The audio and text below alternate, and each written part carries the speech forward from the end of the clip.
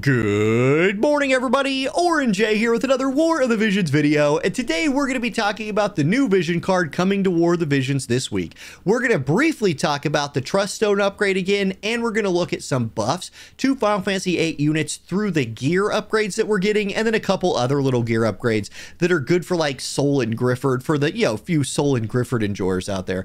But first of all, with the new Vision card is coming the most important update in War of the Visions recent history, which is the addition of selecting Trust Stone passives. Like, Trust Stones drove so many people from the game when they came in, and the speed at which this got here feels a little bit unacceptable, especially since they've been talking about it for so long. However, it is finally here. It's a great time to get into Trust Stones.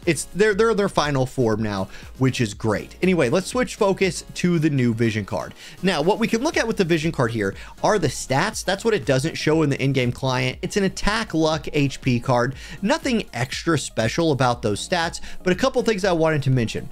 The unit effect having attack and agility on it is really nice. If you're running a Sword Knight, Sword Warrior team, you must be fast. Like, if you are trying to fight the current meta, which is these like Gilgamesh follow-up attack teams, you cannot let them lap you. You cannot let them control the speed of the fight. I've been trying to run like no haste versions of these teams and just getting stomped in guild wars, and my guild's carrying me, so shout out to you guys. But anyway, you need this agility. I think that's a really nice 5%, even if it's only adding like 1 point of agility, which will be the number you get in most cases. That's still a nice little tweaking mechanic right there. Then the big thing is the AoE resist 24 with the human killer. That is such a great combo. And if we bring up JB's spreadsheet right here, for Sword Knight in particular, this is the first area resist card they're getting, and that's why I'm saying this feels like a must pull Vision card. If you play Sword Knight, if you played Sword Warrior, or if you play Fist, maybe there's some Fist players out there still,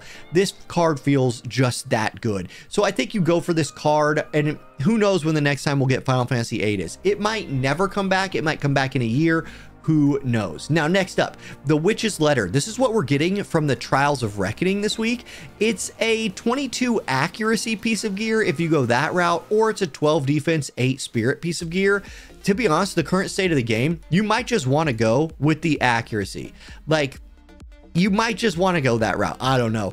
But this is what you're really building this thing for, the passive effects. Now, if we jump back into the client for a minute, we can see which passive effect applies to which person. We'll have to go to the Trials of Reckoning page, and they make these things so that you have to scroll a lot. We got this pretty quick.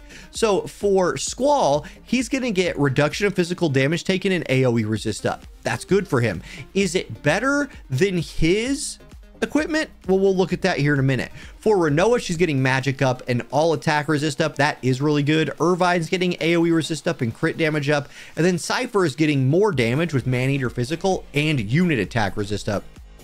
Perfect. Like, really good stats for all the characters right here. And if you don't have, if you're looking at building this, I think you go for it there. It also gives critical evade to everyone who equips it, but let's be real, you're only equipping that if you're playing. It also gives critical evade to everyone using it, but you're only equipping this thing if you're playing an FF8 unit. Then the Ragnarok replica is also getting a buff. The defense version goes from 18 to 20. That's it. So stat line buff wise, not doing a whole lot for me here with the Ragnarok replica. However, if we look at what the +6 is, the slash resistance goes up to 15%. That's fine. Nothing else changes in the buffs except that strike resistance 15 gets added. So it's a strike resist slash resist buff. That's okay. And like, honestly, for the majority of the player base who are not playing against like the current top of the line meta teams that don't care about slashing resist or any kind of resist, they just kill you with Gilgamesh follow-up attacks. It's toxic. It might not be as good there, but for everybody else, it's going to be pretty decent. And I don't know which one you'd run this on. Like, say you're playing Squall, right? And if you're playing Squall, you get this physical damage up and distance-based damage reduction. You probably still just run this, unless you want that AoE resist, which AoE resist can be a trick to work in, depending on if you have units that can buff it or not. Now, some equipment getting upgraded. That's an interesting Anyway, the Astral Rod is getting an upgrade. Its +6 looks like this. The magic version goes from 185 up to 204, or the accuracy version, if you're running that, goes from 17 to 24, a decent little kick up right there. Then your upgrade to the passive effect looks this way. Magic attack 15 turns into magic attack 25. So 10 more magic attack, a little more magic up there. It's a decent upgrade for those of you that are still playing Soul. Getting his weapon upgraded is nice. And then we're also getting the Raging Bardiche +6.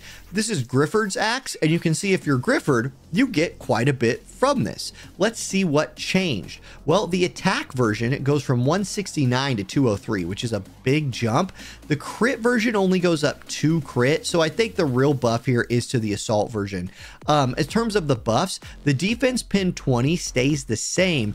It's the single target resist going from 8 to 15. So it's a single target resist buff for Grifford only with the Bardiche +6.